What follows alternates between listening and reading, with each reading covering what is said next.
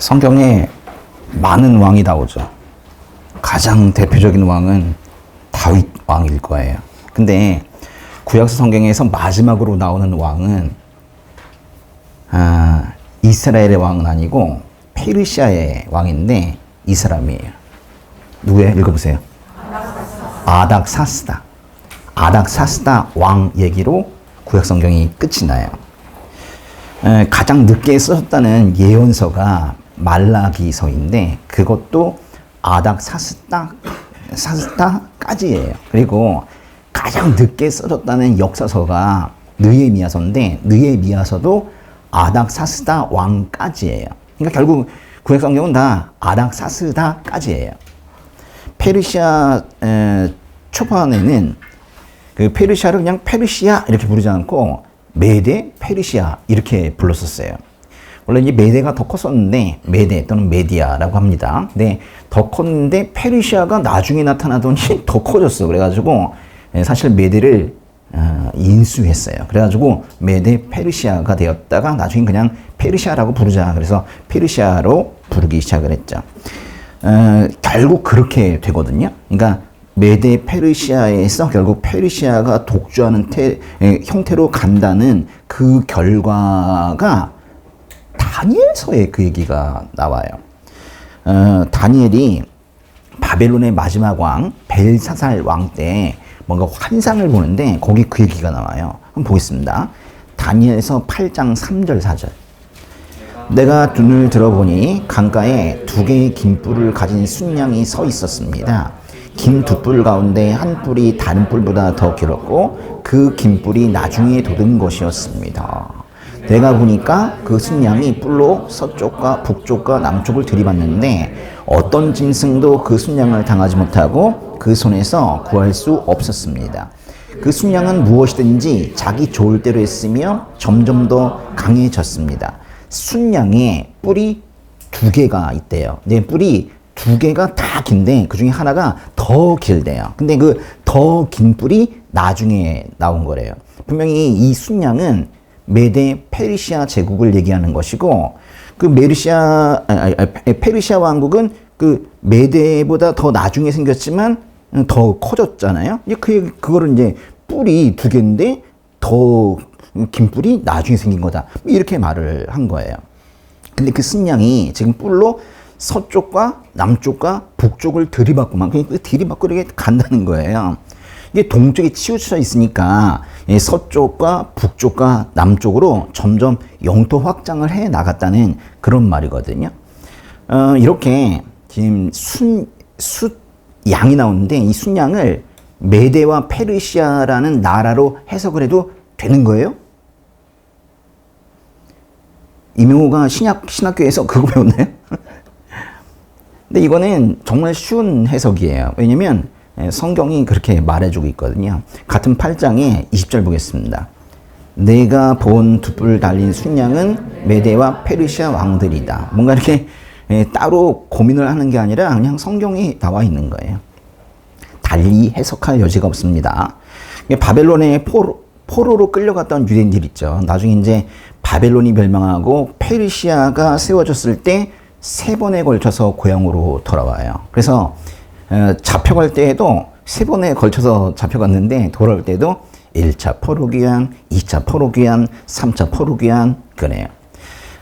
보시면은 이 고레스가 페르시아 제국의 첫 번째 왕이거든요. 이 고레스 때 첫 번째로 사람들이 돌아와요. 보니까 수룹바벨이라고 조그맣게 써있네요. 수룹바벨이라는 사람을 중심으로 사람들이 대거 돌아옵니다. 그리고 시간이 한참 흘러서 아닥사스다 왕 때 2차, 3차 포로가 와요. 에스더 중심으로 그리고 느헤미야 중심으로 이 사람들을 중심으로 사람들이 또 돌아오게 됩니다. 에스라서 한번 읽어볼게요. 에스라서 1장 3절. 여기 보시니까 스 이렇게 돼 있네요. 여기 에스라서입니다. 여러분 에스더서랑 구분하셔야 돼요. 에스더서는 에라고 약자 쓰죠. 응? 네, 그리고 스는 에스라서입니다. 여러분 보세요.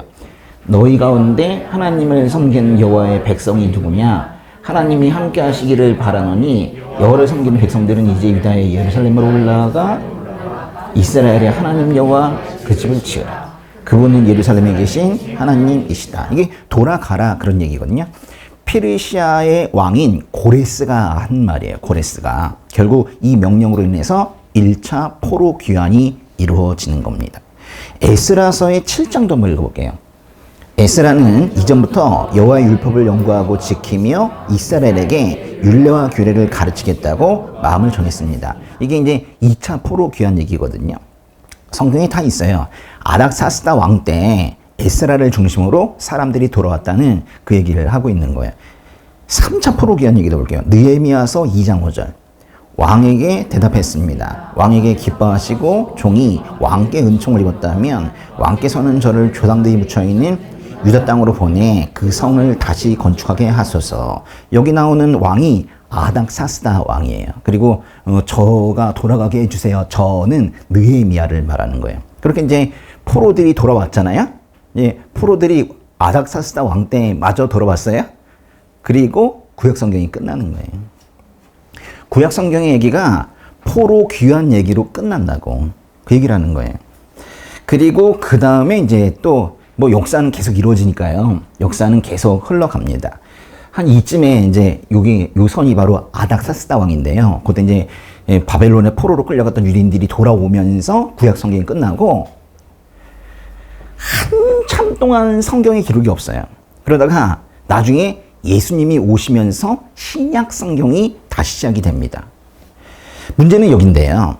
이 한 4세기, 한 400년 되는데 여기 이 기간 있죠? 이 기간을 이게 뭐라고 하냐면 우리가 뭐라고 해야 돼요? 신구약 중간기라고 불러요. 신구약 중간기. 성경에 없어요. 이게 말라기서 4장에서 구약성이 끝나는데 말라기서 4장을 딱 지나고 그 다음 장이 마태복음 1장이잖아요. 근데 그 사이에 그 한 장에 400년의 차이가 있다는 거예요. 북이스라엘의 역사가 한 200년 되거든요. 그리고 남유다의 역사가 한 340년 되니까 요 400년은 결코 짧은 기간이 아니에요. 도대체 이 시기에는 무슨 일이 있었던 거예요? 사람들은 말라기서와 마태복음 사이에 성경이 침묵하고 있다 그렇게 말하고 있지만은 그거는 성경이 침묵하고 있는 거지 하나님께서 침묵하시는 건 아니에요. 성경에는 그 기록이 없을지 몰라도 하나님께서는 그 시기에 누구보다도 열심을 내서 일을 하고 계셨단 말이에요. 구약과 신약을 연결하는 작업을 그때 하나님께서 하시고 계셨단 말이에요. 좀 더 쉬운 말로 한다면 조만간 예수가 오니까 이 땅이 그 예수님을 받아들이도록 작업을 하신 거예요. 그 일을 그 300년 동안 하신 거거든요. 신구약 중간기를 지나면서 유대인들에게 좀 변화가 좀 있었어요. 그게 뭐가 있냐면 이전에 있었는데 이제 이때쯤에는 유대인들에게 왕이 없었어요. 왕이. 유대인들의 마지막 왕은 언제냐면 남유다의 마지막 왕 시드기야. 그걸로 끝나거든요. 유대인들은 이제 왕이 없어서 마치 왕이 없어가지고 왕을 주십시오 뭐 이렇게 요구하던 사사기 때로 돌아간 것 같은 그런 느낌이 든 거예요. 페르시아 제국 안에 이제 유다, 이스라엘이 들어있었는데 이게 독립된 국가는 아니고 한 주 정도 되는 거예요. 한 주 정도 되는 거기에 이제 어떤 식민 지배를 받는 거죠. 그렇게 살고 있었으면서 그러면서 독립국가를 이제 고대하고 있었던 거예요. 자기들에게도 이제 국가가 생기고 왕이 생겼으면 좋겠다. 이렇게 생각을 했죠.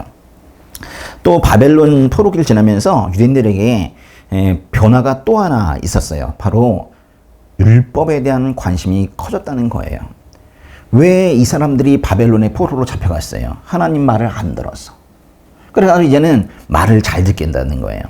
근데 말을 잘 들으려면 율법이 뭔지를 알아야 말을 잘 듣지. 그래가지고 율법에 대한 관심이 커지고 율법을 해석하는 그런 사람들 중심으로 사람들이 많이 모이고 그랬단 말이에요. 또 하나의 변화가 있었어요. 유대인들은 바벨론 포로 생활과 귀환을 거치면서 성전이 없는 시기에 예배를 드리는 방법을 고안해냈어요. 그럼 이때는 성전이 없었냐? 생겼어. 성전이 아예 파괴됐지만 수르바벨이 1차 포로 귀환 때 오면서 사람들과 함께 성전을 다시 짓기는 했거든요. 그렇지만 그 오랜 기간 동안 바벨론에서 성전 하나 없는 그곳에서 예배를 드려야 됐었는데 그들이 성전 없이 예배를 드리는 방법을 고안해냈다고 해요. 그래서 각 지역별로 사람들이 모여서 예배를 드리는 장소가 생겼는데 그거를 회당이라고 그래요. 시나고그. 회당이라고 그래요. 10명 이상이 모이면 찬양으로 시작을 해서 기도를 하고 그 다음에 성경을 낭독하고 해석하고 민수기 6장의 말씀으로 축도하고 끝나요. 그러니까 이건 엄청난 변화예요. 옛날에 성전에서는 없었던 분위기거든요. 그러니까 성전 중심의 제사만 지냈던 유대인들이 이제 각 지역마다 모여가지고 따로 예배를 드리기 시작했단 말이에요. 즉 회당이 생겼단 말이에요. 교회가 비슷해진 거예요. 교회랑 아주 비슷한 그런 모습이 생기기 시작한 거예요. 성전이 없어서 그 대안으로 회당이 생긴 건데 성전이 다시 생긴 이후에도 유대인들은 회당을 만들고 회당에서 예배를 드린 거예요. 그래서 그리고 복음서나 뭐 이런 걸 보면은 예수님도 회당에서 많은 사람들을 가르쳤죠. 그리고 그 바울 서신에 보면 바울도 회당에서 많은 사람들을 가르치고 그래요. 이렇게 각 지역마다 사람들이 모이는 교회, 회당 문화는 지역마다 교회가 세워지는 기반이 된 거예요. 성전에서 바로 교회로 넘어갈 수 없었단 말이에요. 아마도 이제 성전, 그 다음에 회당, 그 다음에 교회 이렇게 자연스럽게 분위기가 흘러가게 한 거는 이것도 하나님께서 하신 일이라고 저는 믿습니다. 오직 예루살렘 성전 중심으로 예배가 이루어지던 구약시대의 그런 예배가 아니라 이제 각 지역마다 사람들이 모여서 예배를 드리는 문화가 널리 퍼지는 거예요.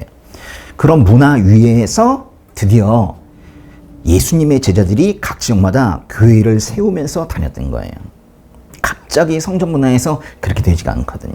만약에 회당 문화가 없었다면 사람들은 예루살렘이 아닌 다른 곳에 세워진 교회들은 정통성이 없다, 가짜다 이랬을지도 몰라요.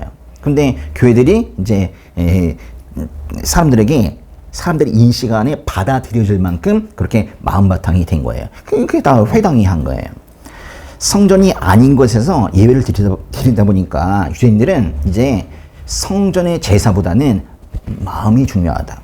하나님 따르는 게 중요하다. 뭐 이러면서 순종이 제사보다 낫다는 말씀 등에 관심을 갖기 시작하는 거예요. 사무엘상에 그런 말씀이 있거든요. 한번 읽어보세요. 그러자 사무엘이 대답했습니다. 여호와께서 여호와의 음성을 순종하는 것보다 번제와 다른 제사를 기뻐하실 것 같소? 순종이 제사보다 낫고 귀 기울이는 것이 순양의 기름보다 낫소. 옛날에 별로 신경 쓰지 않았던 이 말씀이 이게 이제 가슴에 오기 시작을 한 거예요. 그리고 속죄 제사를 드릴 수 없는 그런 상황에서 회개 기도를 드리기 시작했어요. 성전의 제사 대신 이제 회당에서 회개 기도를 드리기 시작한 거예요. 그러면서 성전이 없는 기간이 오래 지속되고 성전이 있었던 예루살렘을 떠나 살게 되면서 종교 생활이 점점 바뀌어가고 있었던 거예요. 어떻게 바뀌었냐면 나중에 생길 교회 있죠. 교회에 맞게 예수님께서 말씀하신 그 교회에 맞게 사람들이 점점 생활 패턴이 변해가고 있었던 거예요. 페르시아 제국과 그 로마 제국의 십자가, 예수님 그 사이에 무슨 제국이 있어요? 페르시아 제국과 로마 제국 사이에 뭐가 있냐 이게? 헬라가 있죠. 헬라가 있죠. 그러니까 이 헬라 제국이 보니까 이건 신구약 중간기에 있네요. 그러니까 성경에는 헬라 제국 얘기가, 헬라 제국은 이제 그리스 제국이라고도 합니다. 헬라와 그리스는 같은 말이에요. 헬라 제국, 그리스 제국, 어떤 사람들은 또 알렉산더 제국 다 같은 말이에요. 헬라, 그리스, 알렉산더 이 얘기가 없어요. 헬라 제국, 성경에 없는 이 제국이 어떻게 생기게 되었는지 제가 잠깐 얘기해 드릴게요. 지도에 보시면은 여기 예루살렘이 있고 여기 이제 지중해예요. 그리고 여기 이제 그리스가 있고 요 위쪽 있죠. 요쪽이 이제 그리스 마케도니아 지역인데 요 지역은 사람들이 계속 분열을 했어요. 그래가지고 큰 세력이 생기질 못했어요. 계속 분열하고 뭐 그랬어요. 그래서 다른 나라를 정복해서 제국을 만들 만큼의 힘을 모아두지를 못했던 거예요. 그런데 여기에서 한 사람이 나타난 거예요. 바로 알렉산더라는 사람입니다. 알렉산더가 요 지역에서 나온 사람인데, 이 사람이 이제 태어나서 이제 13살이 되던 해, 그때 이제 선생님이 생겼어요. 그 유명한 아리스토텔레스. 그 사람이 이제, 요 알렉산더의 선생님이 되었는데, 계속 가르쳤던 게 뭐냐면, 그리스 문화는, 헬라 문화는 뛰어나다는 거예요. 그래가지고 알렉산더는 어렸을 때부터 아주 헬레니즘이라는 거에 아주 큰 자부심을 느끼면서 그렇게 살았던 거예요. 알렉산더는 여기 있는 그리스와 마케도니아 지역을 정복하고는 이제 동쪽으로 오기 시작을 했습니다. 알렉산더 때 이제 페르시아 제국은 이제 점점 쓰러져 가기 시작을 했거든요. 끝물이었습니다. 알렉산더는 나중에 페르시아 제국과 이제 한바탕 붙게 되는데 아주 크게 붙었던 게 어디냐면 여기에요. 이수스. 여기 이제 여기 바로 옆에가 다소라는 곳인데 그 바울의 고향이 여기거든요. 거기에 이제 가까운 곳이 바로 이수스인데 여기서 이제 페르시아 군대와 대판 싸워요. 그런데 알렉산더가 이깁니다. 그 당시에 여기에 페르시아 군대를 이끌고 왔던 사람이 페르시아 왕이었거든요. 왕이 직접 군대를 이끌고 왔었는데 졌어. 그리고 나서 이제 페르시아 왕은 에고 그러면서 이제 동쪽으로 도망갔어요. 근데 알렉산더는 동쪽으로 도망가는 페르시아 왕을 쫓아가지 아니하고 알렉산더 왕은 남쪽으로 내려갔어요. 그러면서 이 옆에 지중해 그 해변 다 치고 그리고 여기 이트까지 내려갔거든요. 여기 이제 요 지중해 해안에 있는 뭐 두로, 시돈 여기를 치는 얘기 이런 것들 이제 그 스가랴서에 나오는데 그 얘기는 좀 나중에 따로 해드릴 겁니다. 이게 남쪽으로 가가지고 결국 이른 곳이 바로 이집트예요. 그래서 알렉산더는 이집트까지 가서 거기 이집트에 이제 짱이 파라오잖아요. 그리고 그 호칭을 받았어요. 바로라는 호칭을 받기도 하고 그랬습니다. 알렉산더는 이집트에다가 헬레니즘을 거기다 심어놓기 시작을 했어요. 그래가지고 심지어는 여기다가 이집트의 한 지역에 도시의 이름을 자기 이름을 따서 넣었어요. 알렉산드리아. 자기 이름을 따서 이렇게 지은 거예요. 그리고 이제 다시 위로 올라갑니다. 그래서 이제 여기 보시면 가우가멜라라는 곳이 보시는데 가우가멜라 전투에서 이때 페르시아군을 완전히 제패하고 이게 진짜 끝이에요. 끝. 그래서 이때 이 지역의 진짜 짱은 나다. 이렇게 이제 도장을 쾅 찍은 전투를 벌이게 됩니다.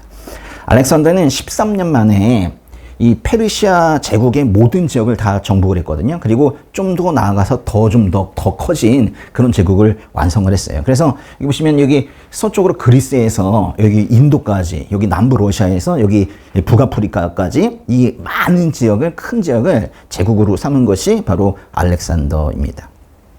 이렇게 이제 알렉산더가 뭐 이수스 전투, 가우가멜라 전투에서 승리를 하면서 승기를 잡게 된다는 얘기가 성경에 있어. 알렉산더라는 말은 안 나와요. 근데 성경에 그것이 예언이 되어 있어요. 이게 다니엘서에 있는데요. 오늘 보시는 다니엘서 8장입니다. 8장 5절, 6절, 7절 보세요. 내가 이 생각에 빠져 있는 가운데 갑자기 순념소 한 마리가 서쪽에서 나와서 땅을 디디지도 않고 온 세상을 누비고 다녔습니다. 그 순념소의 두 눈 사이에는 눈에 띄게 큰 뿔이 하나 있었습니다. 그 순념소는 강가에서 본 두 뿔 달린 순양에게로 다가가서 크게 화를 내며 순양을 들이받았습니다. 순념소는 더욱 화를 내며 순양을 공격하고 그 두 뿔을 부러뜨렸습니다. 순양은 순념소를 이길 힘이 없었습니다. 순념소가 순양을 땅에 내리치고 발로 짚어봤지만 아무도 순양을 그 손에서 구해줄 수 없었습니다. 이쪽에 있었던 그 페르시아 제국은요, 순양이거든, 순양. 근데 지금 서쪽에서 갑자기 들고 일어난 것이 순염소인데 순염소에 뿔이 하나가 있는데 큰 뿔이 하나가 있대요. 서쪽에서 나왔다는 그 순염소 한 마리가 바로 헬라 제국을 말하는 거예요. 그리고 그 순염소의 두 눈 사이에 큰 뿔이 하나가 있다고 했는데 그 큰 뿔이 바로 알렉산더 대왕을 말하는 겁니다. 헬라 제국은 페르시아 제국을 공격했고 페르시아는 이제 흐물흐물 대응할 힘이 없어서 졌어요. 그거를 순양은 순념소를 이길 힘이 없었습니다. 라고 말하고 있는 거예요. 이것도 아니 어떻게 양과 염소를 그렇게 나라에다가 대입을 시키냐. 이게 무리한 해석 아닌가. 이렇게 생각하시는 분이 있을지 모르지만 그것도 성경에 있는 얘기예요. 다니엘서 8장 21절 보세요. 수념소는 그리스 왕이고 그는 사이에 있는 큰 뿔은 그 첫 번째 왕입니다. 이게 해석을 따로 할 필요가 없는 거예요. 그리스가 바로 헬라예요. 그리고 큰 뿔이 첫 번째 왕이라고 하니까 알렉산더를 말하는 거예요. 이렇게 이제 알렉산더가 제패를 해서 헬라 시대가 열리게 되었습니다. 근데 이렇게 헬라 제국을 이루어놓은 그런 알렉산더가 갑자기 죽어요.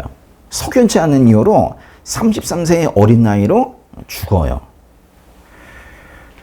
이걸 다니엘이 본 환상에서 말하고 있어요. 알렉산더가 갑자기 죽는다. 이게 어떻게 말하고 있냐면 다니엘에서 8장 8절.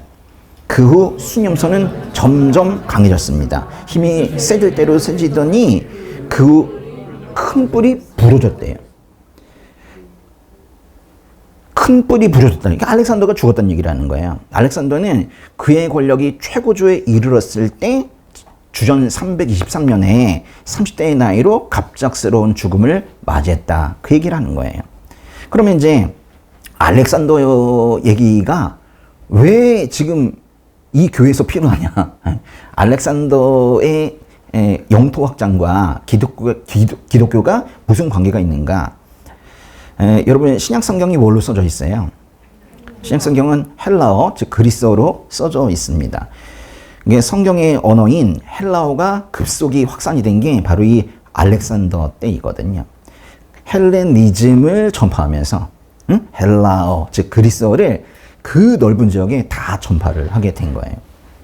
알렉산더의 정복이 이후의 시대에 가장 크게 영향을 미친 건 바로 이 언어입니다. 이 도시 중심부에 헬라의 병사들과 상인들이 자리를 잡고 있었거든요. 근데 그들과 조금이라도 말을 하려면 헬라어를 할 줄 알아야 되는 거예요. 그래서 사람들이 이제 말을 했죠. 그래서 당시에 사람들이 쓰고 있었던 게 뭐냐면 원래 쓰고 있었던 히브리어, 그리고 헬라어, 그리고 방언이었던 아람어 이런 것들을 이제 쓰기 시작을 했어요. 지금 얘기한 히브리어, 헬라어, 아람어 이게 다 성경에 있는 언어들이죠. 성경의 언어들입니다. 이 중에서도 특히 헬라어가 아주 급속하게 빠른 속도로 이제 확산이 되었는데요. 그래서 구약 성경도 심지어는 헬라어로 번역이 됩니다. 구약 성경 원래 히브리어로 되어 있는데 이게 헬라어로 번역이 된 거예요. 아까 이때에 알렉산더의 이름을 딴 도시가 있다고 그랬죠. 뭐였어요? 알렉산드리아. 그 알렉산드리아에서 그 구약 성경이 헬라어로 번역이 됩니다. 그걸 이제 우리가 뭐라고 하냐면 셉투아진트, 70인역이라고 그래요. 그 약자로는 이렇게 써요. LXX 이렇게 써요. 이게 이제 초대교회 때는요, 바로 이게 이 70인역이 초대교회의 선교사들의 성경이었어요. 그런데 이 헬레니즘이 이렇게 퍼진 것이 좋기만 하냐? 그건 아니야. 위험 요인도 있었거든요. 헬라 제국으로 인해서 그 넓은 지역의 비정복민들의 문화도 다 헬라화 되기 시작을 한 거예요. 헬라화 된다는 게 그렇게 기분 좋은 얘기는 아니에요. 일단은 알렉산드리아 같은 도시에는 이제 뭐 도서관들도 많이 생겼고 심지어는 대학도 많이 생겼어요. 그래서 이제 헬레니즘은 많은 사람들에게 종교 철학 이런 것들에 으뜸 가는 그런 문화라고 생각이 되었고 여기 이제 사람들이 많이 경도되고 유혹에 많이 끌렸어요. 근데 이제 헬라 문화가 문제가 뭐냐면 이 기반 자체가 헬라 문화는 기반 자체가 다신교였거든요. 그러니까 하나님 믿는 신앙과 충돌이 많이 돼요. 그리고 이것 자체가 인본주의였거든요. 그러니까 신본주의를 표방하고 있는 기독교, 유대교의 경우에는 이것만큼 위협적인 게 없는 거예요. 사람들은 또 우상 숭배적인 문양이 그려진 옷들도 입고 다니기 시작을 했어요. 그러면서 헬라 제국은 그 정복한 땅에다가 신전을 그렇게 세웠어요. 신전. 그러니까 하나님께 제사하는 성전이 아니라 신전을 세웠다고. 그리고 극장이나 경기장도 많이 만들었거든요. 거기 가면 다 남성 운동 경기들이 많이 생기는데 다 우통을 벗고 이렇게 하는 거예요. 유대교에서는 생각도 할 수 없는 일입니다. 율법에 어긋나는 거거든요. 그러니까 사람들이 스포츠에 너무 깊이 빠져버린 거예요. 그래가지고 예배를 안 드려. 어쩌면 헬레니즘의 유혹이라는 건요. 지금 그 인본주의 유혹, 이거는 지금 현대 교회가 겪고 있는 문제와 비슷한 것 같아요. 그리스식 삶이 주는 어떤 물질적 풍요에 매료된 사람들이 좀 뭐 예배를 소홀히 하고 말씀을 소홀히 하고 그런 거랑 좀 비슷한데 지금도 그런 것 같아요. 어쨌거나 알렉산더가 갑자기 죽고 나서 헬라 제국은 알렉산더의 부하였던 4명의 장군에 의해서 통치가 되기 시작합니다. 다니엘서 8장 8절 보세요. 그 후 수념소는 점점 강해졌습니다. 힘이 쓸 대로 쓸더니 그 큰 뿔이 부러져 버렸습니다. 여기까지 봤어요. 그 다음 그리고 그 자리에 뚜렷한 4개의 뿔이 돋아 4방향으로 자랐습니다. 이 보세요. 알렉산더 죽고 나서 4개의 뿔이 돋아났다잖아요. 4개의 권력이 생겼다는 거예요. 카산드로스, 그리고 리시마코스, 셀레우코스, 프톨레마이오스, 이렇게 이제 4명의 장군이 각각의 지역을 맡아서 통치를 했는데 이거를 그 자리에 4개의 뿔이 돋아서 4방향으로 자랐다, 이렇게 말을 한 거예요. 근데 4개로 갈라진 나라들은 알렉산더가 다스릴 때만큼은 그렇게 강하지는 못했나 봐요. 22절 보세요. 그 뿔이 부러지고 그 자리에 4뿔이 돋은 것은 그 나라가 갈라져 4나라가 일어난다는 뜻이다. 그러나 그 힘은 첫 번째 나라만큼 강하지 않다. 이 보세요. 4뿔은 4나라가 맞아요. 근데 알렉산더 때만큼은 아니래요. 알렉산더가 또 죽고 나서 지금 4명의 장군이 그 권력을 나눠 가졌다고 하는데 보통 이제 부자 상속에 따라 아빠가 죽으면 그 권력을 아들이 가져가야 되는 것이 당시의 이치인데 알렉산더의 자손에게 권력이 이양되지 못하고 지금 4명의 장군에게로 권력이 분할되었거든요. 그런데 그 얘기도 다니엘서에 있어요. 다니엘서 저 뒤쪽에 11장이 있는데요. 11장 3절 보세요.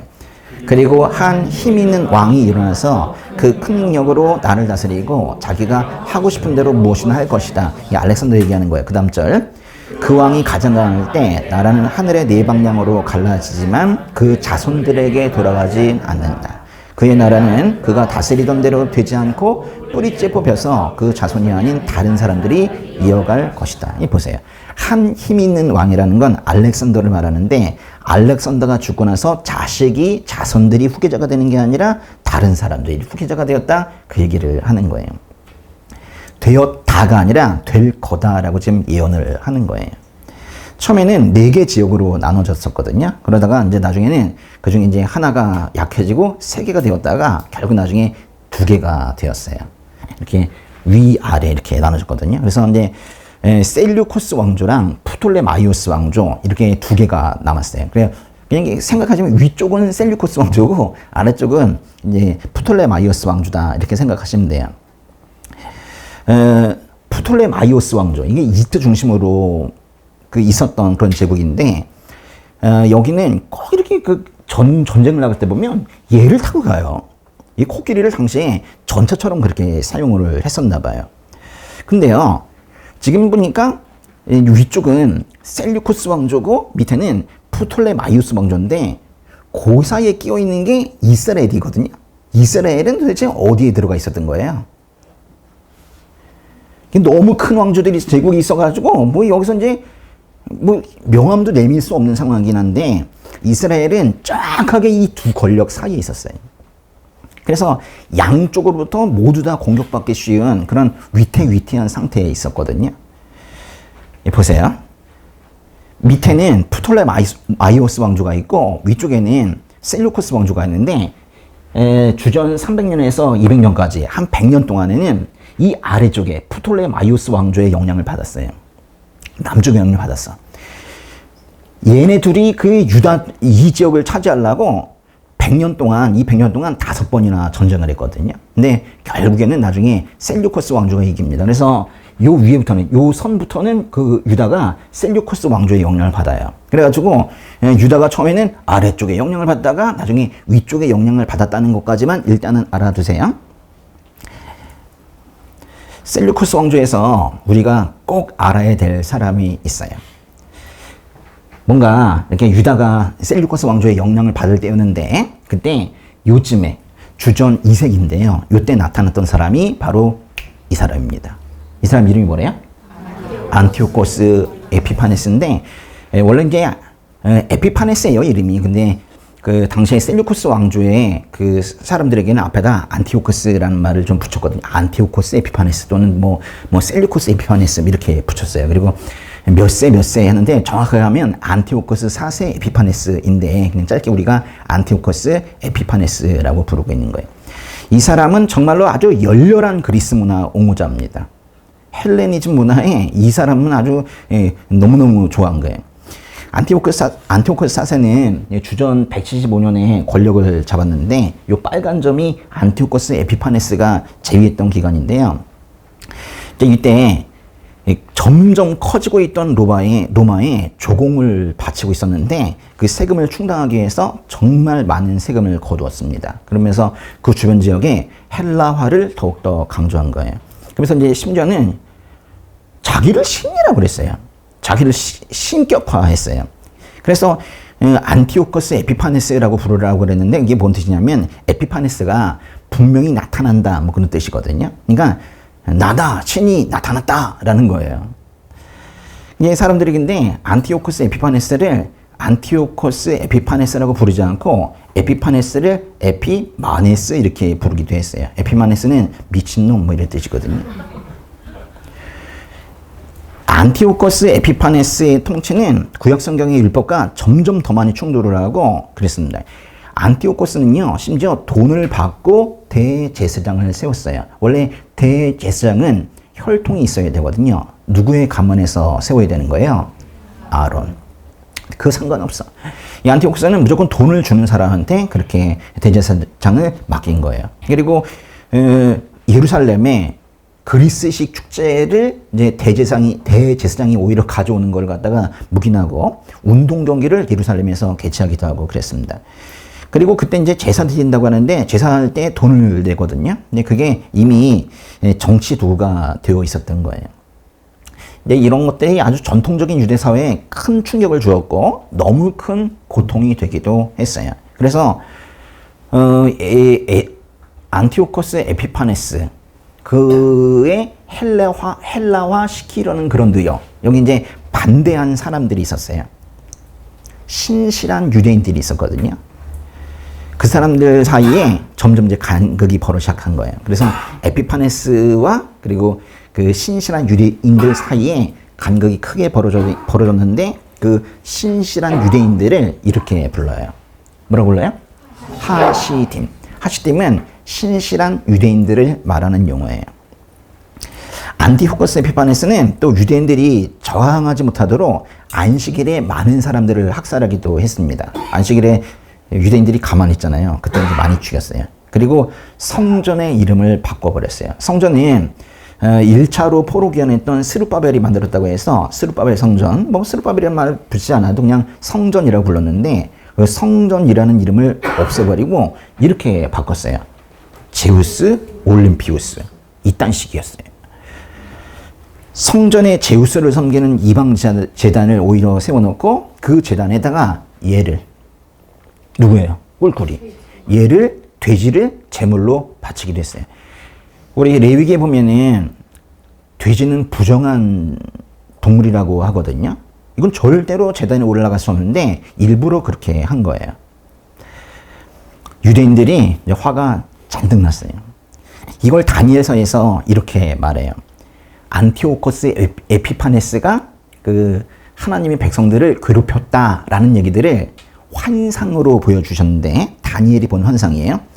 다니엘서 8장 9절 10절부터 11절 12절까지 4절 볼게요. 그 가운데 한 뿔에서 또 작은 뿔 하나가 돋아서 남쪽과 동쪽과 영광스러운 땅을 향해 매우 크게 자랐습니다. 그렇게 자라서 하늘 군대에 닿을 만큼 자랐고 하늘 군대 가운데 몇몇과 별들 가운데 몇몇을 땅에 내치고는 발로 짚어봤습니다. 그 뿔은 스스로 자신을 높여 하늘 군대의 주인처럼 높이더니 하나님께 날마다 드리는 제사를 없애버리고 하나님의 성전마저 헐어버렸습니다. 그 뿔로 인해 백성들은 죄를 범했고 백성들은 그 뿔에게 날마다 제사 드렸습니다. 진리는 땅에 떨어졌고 그 뿔이 하늘마다 잘 됐습니다. 여기 나오는 작은 뿔이 바로 안티오코스 에피파네스를 말하는 거예요. 그는 스스로 자신을 높여서 하늘 군대의 주인처럼 높이더니 하나님께 날마다 드리는 제사도 없애버리고 하나님의 성전마저 헐어버렸대요. 성전의 건물 자체를 한 건 아닌데 그 이름을 바꾸면서 실제 성전의 기능을 마비시켜버린 거예요. 역사에서 그대로 이제 이게 재현이 된 거예요. 이제 이것도 성경이 해석을 해주고 있거든요. 혹시 또 달리 해석할까봐 8장 23절부터 25절까지 한번 보세요. 내 나라가 다스린 마지막 때 죄를 범하는 사람들이 많아지면서 한 왕이 일어날 것이다. 그는 뻔뻔하고 속임수를 잘 꾸며대는 왕이다. 에피파네스 얘기하는 거예요. 그의 힘은 강하겠지만 자기에게서 나오는 힘이 아니다. 그가 마음먹은 대로 무섭게 무너뜨리겠으나 하는 일마다 잘 될 것이며 힘 있는 사람과 거룩한 백성들을 멸망시킬 것이다. 그는 꾀를 내 남을 속에서 원하는 것을 다 이루고 자기 마음대로 스스로 높일 것이다. 그는 또 평화로운 틈을 타서 많은 사람들을 죽이고 왕의 왕이신 하나님을 대항해 일어날 것이다. 그러나 그도 망하지만 사람의 힘으로 망하지 않는다. 분명히 이 작은 뿔은 안티오코스 에피파네스입니다. 그래서 다니엘서가 언제 써졌는지에 대해서 논쟁이 붙었어요. 아니 딱 보면 안티오코스 에피파네스의 얘기인데 이거를 주전 6세기에 다니엘에게 보여준 환상에서 예언이 되었다는 게 말이 되냐는 거예요. 그러나 이제 전통적인 그 견해에서는 전통적인 해석으로는 주전 6세기에 써졌다는 주장이에요. 즉 다니엘이 살아있을 때 다니엘이 쓴 게 다니엘서다라는 거예요. 그게 아니라 할지라도 다니엘의 생애 말년에 다니엘이 직접 썼다고 보고 있는 거예요.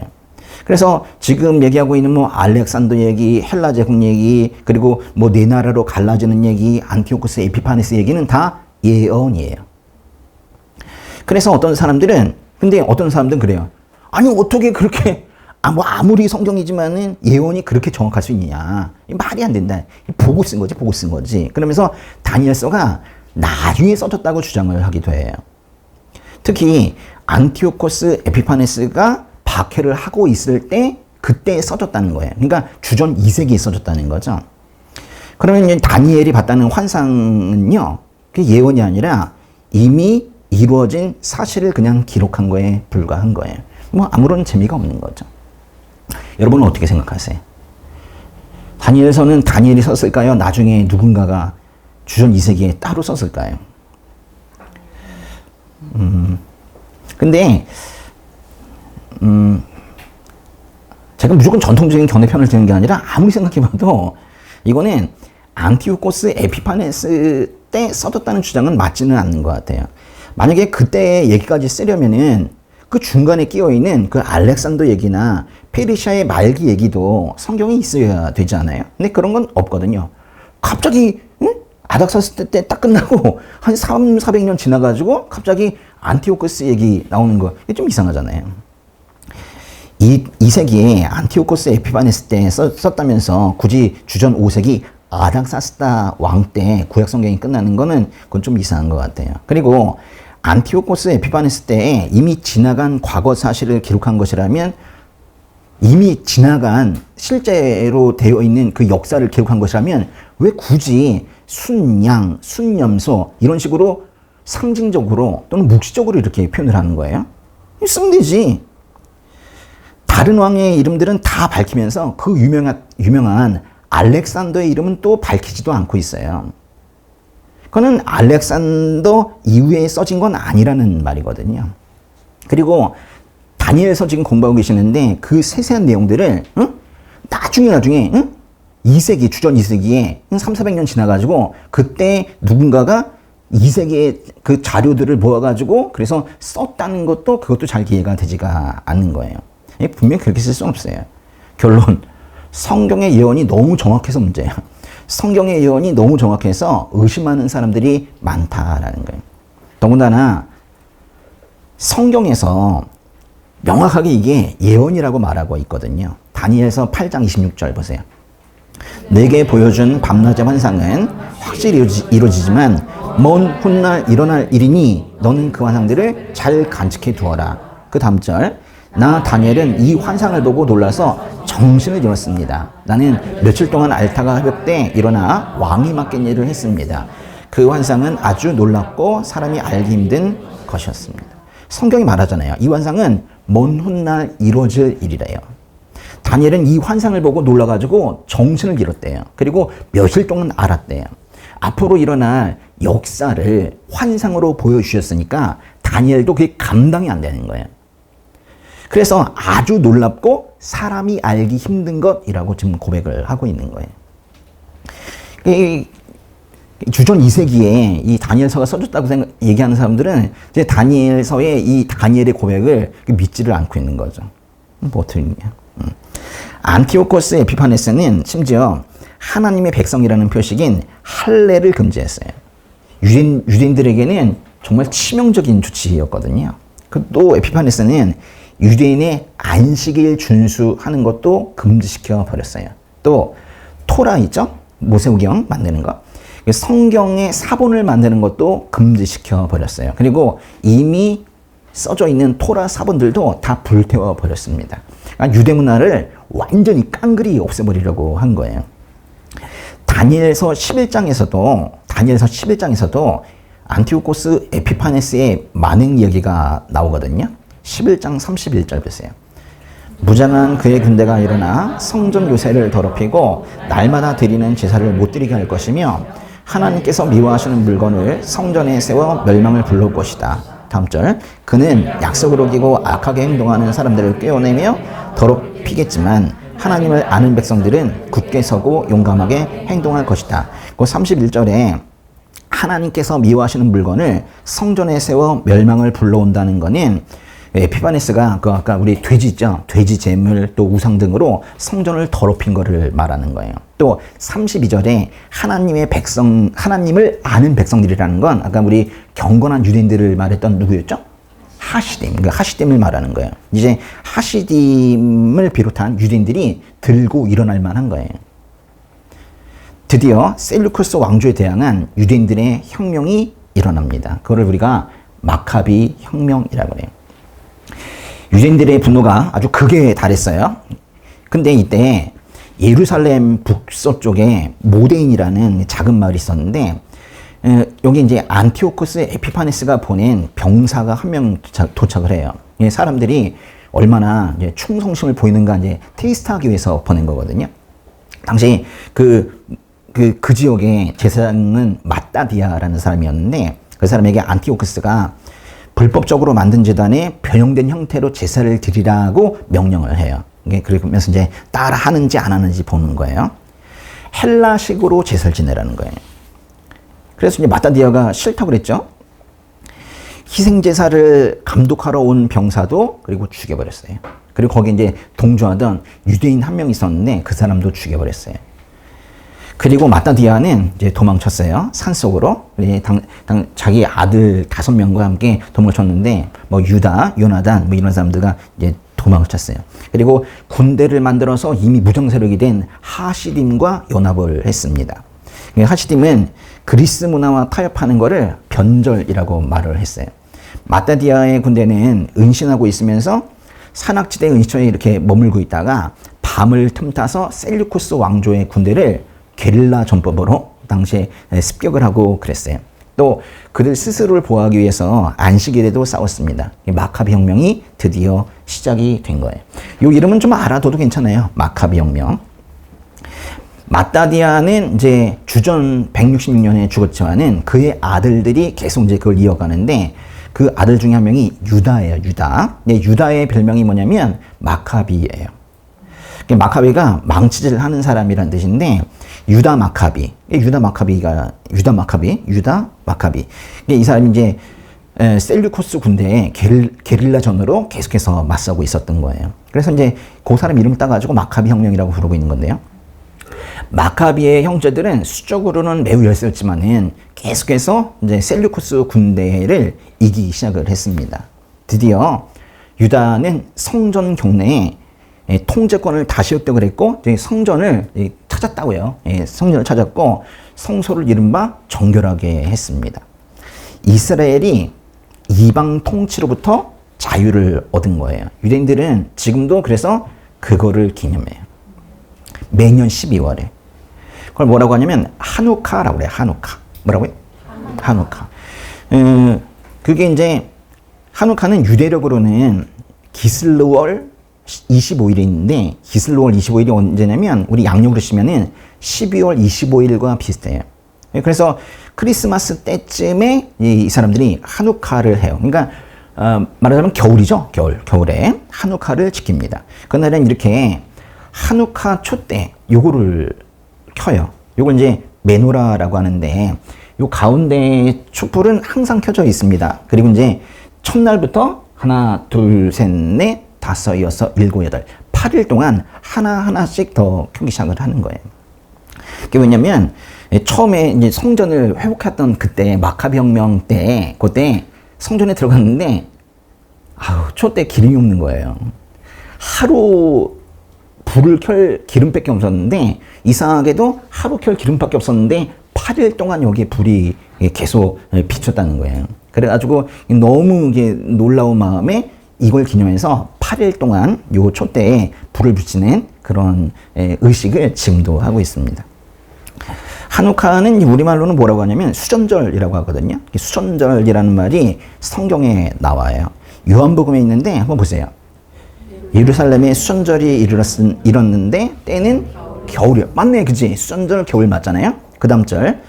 예수께서는 성전 안에 있는 솔로몬 행각을 거닐고 계셨습니다. 중요한 건 성전을 거닐고 계셨다는 거예요. 그리고 한참 지나서 28절 보세요. 나는 그들에게 영생을 준다. 그들은 영원히 멸망하지 않을 것이며 어느 누구도 내 손에서 그들을 빼앗을 수 없다.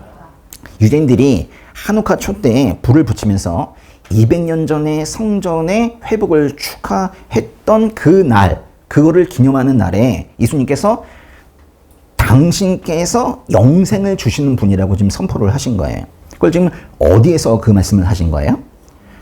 한우카를 지키는 겨울의 성전에서. 그러니까 사람들이 성전의 회복을 축하하는 게 한우카인데 진짜 성전의 회복은 나다라고 지금 말씀하시는 거예요. 그래서 성전에서 내가 영생을 주는 게 진짜 진정한 성전 회복이라고 사람들에게 가르쳐 주고 계시는 거거든요. 셀류쿠스 왕조가 점점 이제 쇠퇴해가고 있었고 유대인들은 그로부터 한 80년 동안 독립의 자유를 누리기 시작을 했어요. 그래서 마카비 혁명이 끝나고 나서 그리고 생긴 유대인의 왕조를 우리가 뭐라고 하냐면 하스몬 왕조라고 그래요. 읽어보세요. 마카비 혁명의 결과, 열매라고 보시면 되겠죠. 하스몬 왕조. 하스몬 왕조는 이제 이방 통치로부터 벗어났다. 우리도 자유다, 독립이다, 뭐 이랬는데 하스몬 왕조 괜찮았어. 그랬는데 점점 이것도 변질되기 시작을 한 거예요. 점점 헬라화 되기 시작했어요. 요즘 교회가 세속화되는 거랑 비슷한 거예요. 사람이에요, 사람. 이 사람이 하다 보니까 혁명 이랬는데도 결과적으로는 이렇게 돼버리는 거예요. 한계가 있어요, 한계가. 그러다가 주전 63년에 이제 로마 제국이 예루살렘을 침공해 오거든요. 로마 장군 폼페이우스가 대제사장만 들어갈 수 있는 예루살렘의 성전의 지성소에 들어가서 성전을 더럽혔고 유대 독립의 꿈은 박살났습니다. 그리고 역사가 이제 로마 제국으로 넘어가는 거예요. 그리고 예수님이 오시는 거죠. 하나님께서는 지금 다니엘에게 이렇게 말씀하셨어요. 너는 바벨론 제국에 의해서 포로로 끌려갔지만은 페르시아가 너를 돌려보낼 것이다. 그런데 페르시아도 결국 망하고 헬라 제국이 세워질 것이다. 근데 헬라 제국 때 엄청난 핍박이 있을 거다라고 말씀을 하신 거예요. 다니엘이 그걸 이제 그대로 수정해서 기록으로 남긴 게 지금 다니엘서인 겁니다. 그리고 하나님께서는 다니엘에게 이렇게 또 말씀을 하셨어요. 다니엘서 8장 13절 14절. 나는 거룩한 분이 말씀하시는 것을 들었습니다. 또 다른 거룩한 분이 그 거룩한 분에게 여쭈었습니다. 이 환상에 나타난 일이 언제까지 계속되겠습니까? 날마다 드리던 제사를 못 드리고 멸망당할 죄를 범하며 성전이 열리고 하나님의 백성이 짓밟히는 일들이 언제까지 계속되겠습니까? 천사가 내게 말씀하셨습니다. 그날까지 2300일이 걸리며 그때는 성전이 깨끗해질 것이다. 이 무슨 얘기예요? 믿음을 지키며 사는 것은 어렵다. 역사 내내 믿음에 대한 조롱과 회유가 있을 것이고 특히 어떤 시기에는 정말 아주 심각한 그런 핍박이 있겠지만 2300일이 지나면 성전이 깨끗해진대요. 2300일이면 몇 년이에요? 6년 4개월 정도 돼요. 6년 4개월. 근데 이 기간을 이제 이렇게 판단하는 거예요. 안티오코스 에피파네스가 유대교를 박해했던 기간이다 라고 하는데 그 정도는 아니거든요. 6년까지는 안 가는데, 그래서 어떤 사람들은 유대 제사가 아침에 드리고 저녁에 제사를 드리니까 여기 이제 2300이 2300일이 아니라 2300회다라고 해서 2300일은 반으로 뚝 잘라가지고 1550일이라고 말하는 사람들이 있어요. 1550일은 안티오코스 에피파네스가 유대교를 핍박한 시기와 거의 맞먹거든요. 좀 비슷한 게 좀 있어요. 근데 어떻게 해석을 한다 할지라도 여기서의 날짜는 하나님의 백성이 박해받는 시간을 말하는 것이고, 그 시간은 무한하지 않다, 영원하지 않다는 걸 말하는 거예요. 어쨌거나 딱 그때까지만 2300일만 괴롭히는 거지 그 다음에는 안 봐준다. 하나님께서 더 이상 허용하지 않으신다. 그 얘기를 하는 거거든요. 하나님께서 정하신 때가 되면은 성소는 다시 회복이 되고 하나님을 대적하는 세력은 결국 끝을 보게 된다는 그런 말씀이에요. 다니엘서 8장이 말하고 있는 것처럼 이 환상은요, 세상 끝날에 관한 거예요. 또 정해진 세상 끝날에 관한 거예요. 역사 속에 어떤 한 사건에 대한 기록만은 아니라는 거예요. 결국 다니엘서의 이 말씀이나 우리 수요일에 보고 있는 요한계시록의 말씀은 이 마지막 때, 이때를 살고 있는 우리에게 주시는 말씀이에요. 이게 지금 대강 보고 넘어갈 게 아니라는 거예요. 제가 지금 오늘 말을 좀 빨리 하고 있고 그런데 워낙 양이 많아가지고 제가 지금 그렇게 하고 있는 거예요. 근데 다니엘서 8장의 이 말씀은 슬쩍 지나가고 역사 얘기를 모르고 그냥 지나가면 아무런 얘기도 없고 양 얘기, 염소 얘기구나 이러면서 넘어갈 수 있는 거예요. 정말 하나님이 계신가 하는 의문이 생길 정도로 이 땅의 현상들을 보면은 정말로 혼탁해요. 그리고 사람들의 인식 수준은 상당히 천박하고 그렇습니다. 전 요즘처럼 이렇게 천박한 세상은 처음 보는 것 같아요. 네. 오히려 믿음이 흔들린다라는 말이 자연스러워 보일 정도로 이 땅의 현실들을 보면서 그래도 마음은 아프지만은 그래도 마지막까지 잡고 갈 수 있는 말씀이 있다는 거, 그게 얼마나 감사한지 몰라요.